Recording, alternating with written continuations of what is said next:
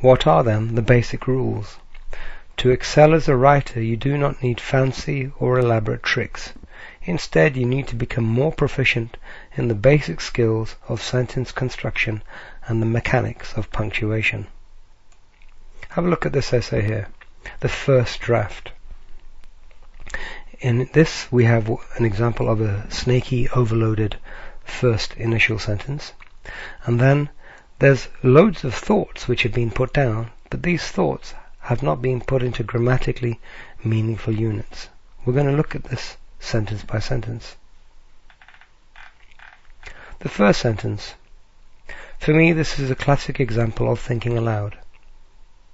The student starts with creation, remembers colony, then mentions William Penn. That is, the student thinks of a point and writes it down, inserts a comma, then thinks of another point. The sentence is awkward, not easily absorbed or clear. It's overloaded with too much fussy detail. So the remedy. Remember, the basic structure of a sentence is subject, verb, object, or subject, predicator, object. SVO is more commonly known. So ensure that your sentence conforms to this pattern. So this could be then rewritten as such. However, the reference to Pennsylvania still overloads the sentence. So once again, try it again. William Penn's creation of the city of Philadelphia is often referred to as his holy experiment. By thinking of a simple SVO pattern, it imposes a clear order and a limit on what it is you're trying to say. The second sentence. A simple topic sentence launches the issue.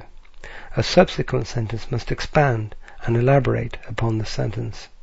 Now this sentence is okay, but a common mistake made by students is to try to make a comma do too much work, as if it can replace a few words rather than isolate separate units of a sentence. Here, the comma could in fact be excluded. I suspect that the writer wants to suggest 2 points: that the place was open to all, and that the people could live there without fear.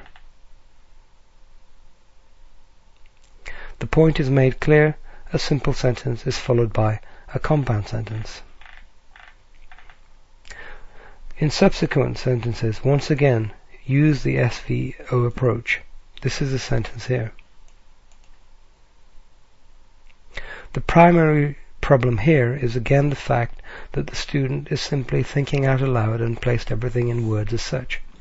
Here the commas are separating thought units rather than grammatical units. The commas fail to contribute to the construction of meaning in the sentence. Instead, they contribute to making the writing jerky and less than clear. Time for surgery again, step by step. It was the first place of its kind in America in this respect. This sounds awkward and it's wrongly punctuated. Move in this respect. It was in this respect the first place of its kind in America. Now why like this? Because in this respect is a parenthetical phrase, and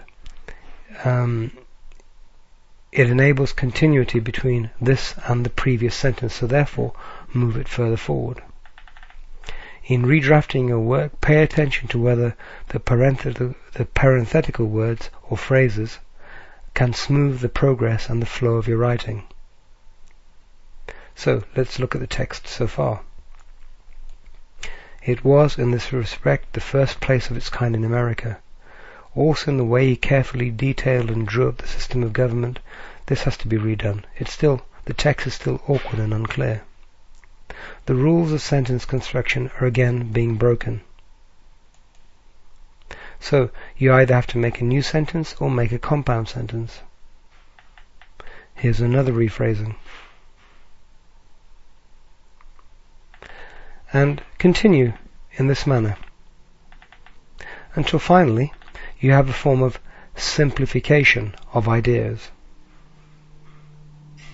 So instead of ideas being crowded together, each idea has been given a proper space to operate within. And then looking at the end of the paragraph, again we have a problem of a fused sentence and something called sentence fragments here.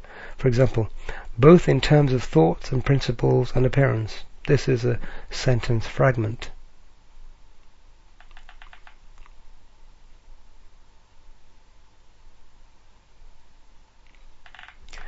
And finally, you'll have to think about the following things here. Have I written a sentence? Do I need a compound sentence? Do I need a subordinate clause? Is my opening a dramatic statement? Do I vary my sentence pattern? Have I written what I have written in accordance with grammatical rules? Does my sentence make sense, and does it read well? Is there logic in the paragraph? In essence, there is a three-part structure to a paragraph. An idea which is introduced in the topic sentence. This idea is then elaborated, and at the end this paragraph arrives somewhere new, in effect creating a topic and a direction for the next paragraph of the essay. Finally, have a read of the two drafts here. Which is easy to read and why?